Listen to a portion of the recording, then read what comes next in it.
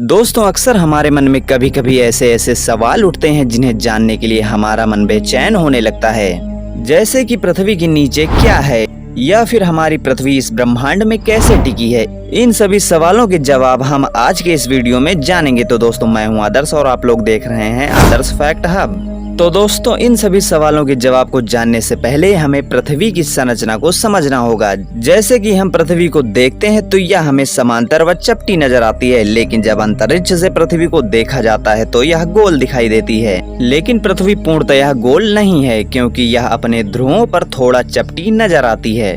हमारी पृथ्वी के बारे में कई प्राचीन कथाएं प्रचलित हैं, जिनमें से कुछ में यह बताया गया है कि पृथ्वी शेषनाग के फन पर टिकी है, तो कुछ में पृथ्वी को विशाल समुद्र में तैरता हुआ बताया गया है। लेकिन हमारे वैज्ञानिकों के दिन प्रतिदिन के नए नए प्रयोगों के द्वारा कई सारी भ्रामक कथाओं को खारिज किया गया है, और इसी वजह से हम ऐसी कथाओं पर पूर्णतः विश्वास भी नहीं कर पाते हैं। वास्तव में देखा जाए तो ऐसा कुछ भी होना असंभव माना जा सकता है, क्योंकि हम जैसे जैसे अंधकार से निकलकर ज्ञान की ओर आते हैं तो हमें पता चलता है कि पृथ्वी किसी शेषनाग के ऊपर नहीं बल्कि हवा में तैर रही है।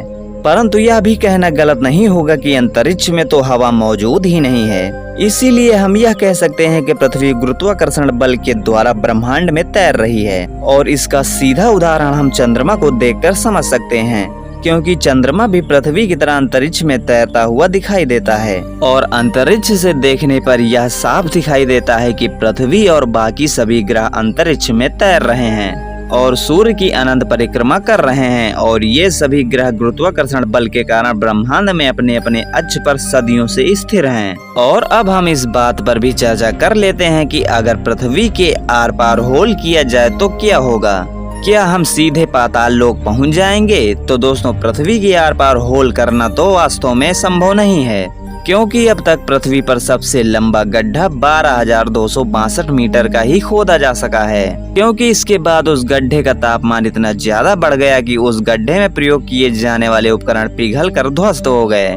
और आपको यह जानकर हैरानी होगी कि खुदाई के दौरान उस गड्ढे का तापमान 300 डिग्री सेंटीग्रेड तक पहुंच गया था। लेकिन अगर हम एक बार को मान लें कि अगर पृथ्वी के आर पार गड्ढा खोदने की कोशिश की जाए तो हमें पृथ्वी की तीनों परतों से होकर गुजरना होगा, जिसमें से सबसे पहले पृथ्वी की ऊपरी परत क्रस्ट को खोदना होगा, जिसकी औसत लंबाई 24 किलोमीटर तक है, जो ठोस रूप में है। इसके बाद पृथ्वी की दूसरी परत, जिसे मेंटल कहा जाता है, जिसकी लंबाई 2890 किलोमीटर तक फैली हुई है, और पृथ्वी के इस भाग के अंदर बेहद ही गर्म गाढ़ा लावा उपस्थित है।